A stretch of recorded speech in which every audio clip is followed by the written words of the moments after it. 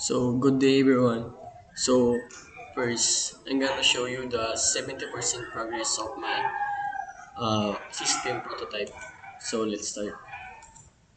So, this is my user login. So, this is my admin login. So, first, sa user muna tayo.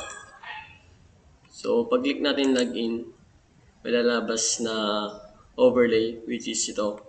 So, pag-click natin dito, pupunta sa home page. So, then scroll. Then, shop now. Then, dito sa products ko is pwede nating maklik itong mismong product para makita yung description then yung reviews niya. So, click natin. So, gumamit ako ng overlay para dito. So, pwede dito mag-add to cart then mag-buy now. So, try natin mag-add to cart. So, yun, pupunta sa cart. Then, try natin mag-buy now. So, yun. So, yun, na-scroll ito. Then, pag-click tong icon na heart, pupunta siya sa wishlist. So, yun, ito yung wishlist natin.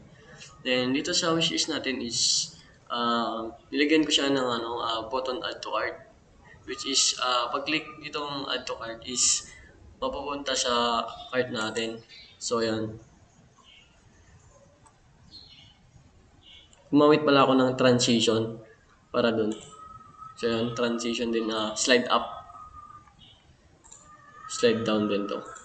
So, uh, pag-click nitong icon ng user. So, makita dito yung yung wishlist, tsaka order history.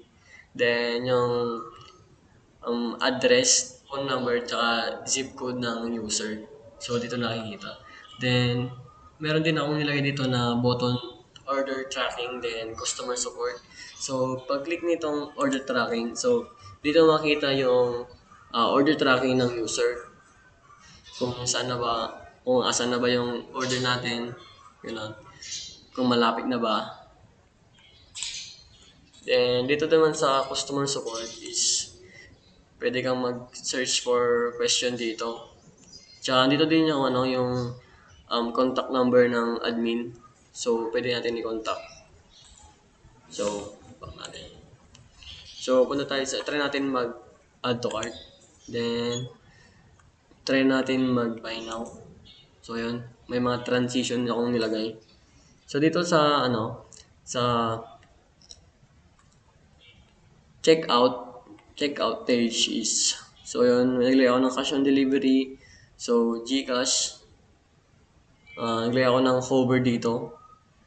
Hover, ginamit ko. Then, so, pag-click natin itong place order. So, yun. May lalabas na overlay. So, order placed successfully. So, pag-cancel naman, is pupunta siya sa products. Then, doon lagout tayo. So, yun. Overlay din yung ginamit ko dito sa pag-click ng logout. Pag-cancel, pag okay, so mag-log siya. So, dito naman tayo sa admin. So, login. Over din yung ginamit ko dito. So, ayan. Dito sa dashboard, makita yung chart dito. May pie chart, ayan, graph chart. Then, makita dito yung revenue, orders, users, then pending. So, mga stock numbers sa best selling product. So, dito sa product management, dito pwede kang mag-add ng picture, mag-add ng product, tsaka description, tsaka ma-preview mo yung product. So yun. Gumamit din ako ng overlay dito. Then, try natin mag-browse image. So yun. Dito yung image. Pwede natin mag-add dito. Then, pag-click natin tong add product, so yun may lalabas na overlay dito. Then, pati delete. So yun.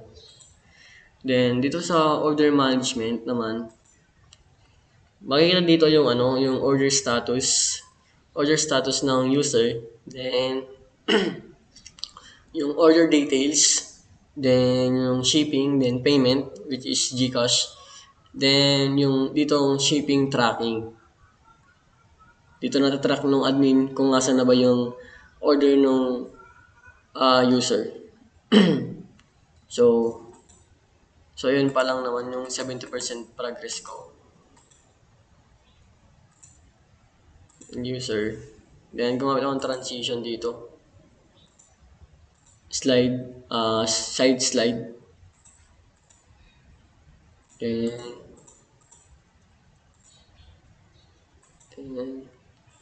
so yung transition din dito.